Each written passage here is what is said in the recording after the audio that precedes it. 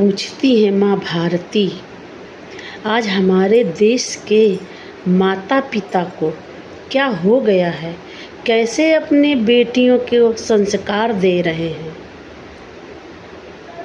क्यों नहीं अपनी बेटियों को सनातनी धर्म दे रहे हैं, क्यों बेटियां ऐसे बुरे कृत्यों को कर रही हैं, क्यों अपने प्रेमियों को पाल रही हैं। यदि प्रेमी है भी तो अपने माता पिता को क्यों नहीं बता रही हैं। और वो कैसे माँ बाप हैं जो अपनी बेटी को पहचान नहीं पा रहे हैं।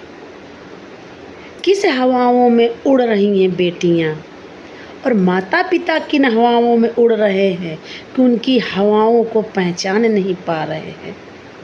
कैसा ये लाड़ प्यार है और कैसे समझ रहे हैं कि मैं अपने मन मुताबिक शादी कर दूं। लड़की से पूछो पहले कि यदि तेरे कोई बॉयफ्रेंड हो तो मैं उसी से शादी कर दूं। इसमें अपनी आन बान शान मत करो। जब नहीं संस्कार दिया तो बॉयफ्रेंड पलेंगे ही। ज़माना चल रहा है, देख रहे हो कैसा ज़माना है कि लड़कियां बॉयफ्रेंड पहले पालती हैं, पढ़ती लिखती बाद में। तो शादी तय करने से पहले अपनी बच्चियों से पूछो, तब शादी तय करो। उन माता पिता के उस बच्चे पर दया करो, समझो, सोचो वो माता पिता पर क्या बीत रही होगी। तुमने तो धन का लालच देखकर, इकलौता लड़का है, इतना धन मिल जाएगा तो अपनी 20 साल की छोरी को 26 साल के छोरे के साथ शादी कर रहे हो। क्यों ऐसा थोप रहे हो जब तुम्हारी लड़की को पसंद नहीं। कुछ न कुछ तो शिनाख्त तुम जानते हो, लेकिन फिर भी ज़बरदस्ती अपना रिश्ता थोप रहे हो सामाजिक प्रतिष्ठा बनाने के लिए। अरे क्या अभी तक नहीं देखा कितनी लड़कियां ऐसा ऐसा कर डाला। एक सोनम ने तो पूरा उस परिवार को उड़ा डाला। वहाँ तो एक बच्चा था, यहाँ तो लो अभी शादी भी नहीं हुई, पहले ही साजिश करके रच डाला। ये संस्कार दिए अपने बच्चियों को।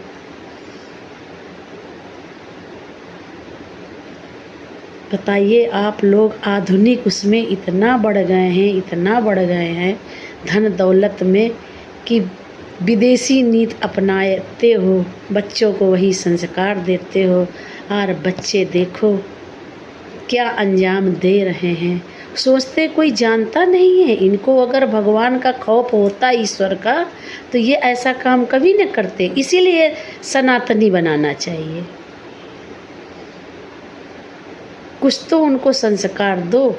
वैसे हम ये नहीं कहते हैं, सनातनी में भी एक से एक देखो पढ़े कुबुद्धि चढ़ जाती है, वो भी देखो क्या क्या नहीं कर डालते हैं। फिर भी सीधा फंडा है, बच्चे या बच्ची से शादी करना है तो पहले उनसे पूछो। अगर ऐसा है तो हमें अबे बता दो, कुछ नहीं, बिल्कुल छूट दे दो। है तो जाओ कर लो, जैसा भी तुम्हारा हो वैसे हिसाब से एडजस्टमेंट कर दो। लेकिन दूसरे के लड़कों को मत मरवाओ। इतना ना करो कि तुम्हारे वो प्री पहले से शादी के पहले से मिलने जुलने आने लगे और तुम्हारी लड़की साजिश करके उसकी हत्या ही करवा दे। सोचो माता पिता, अपने बच्चों को सोचो। अपनी बच्ची अपने बच्चे की वजह से किसी दूसरे के परिवार का कुल दीपक ना बुझे।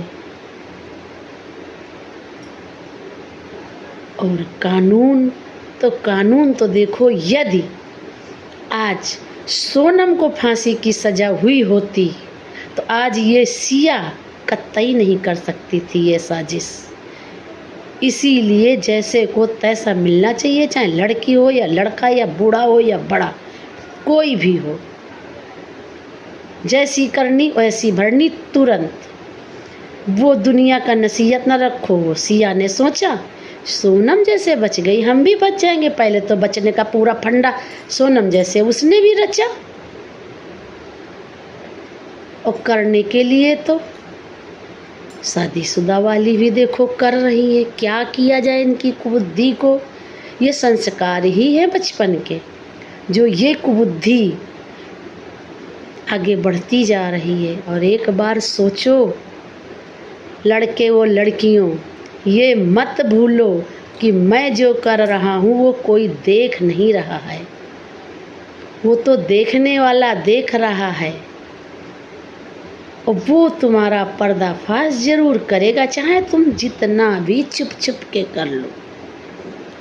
तुम्हारा जैसी करनी वैसी भरनी, आखिरकार एक दिन तुम्हारा कर्म सामने आएगा।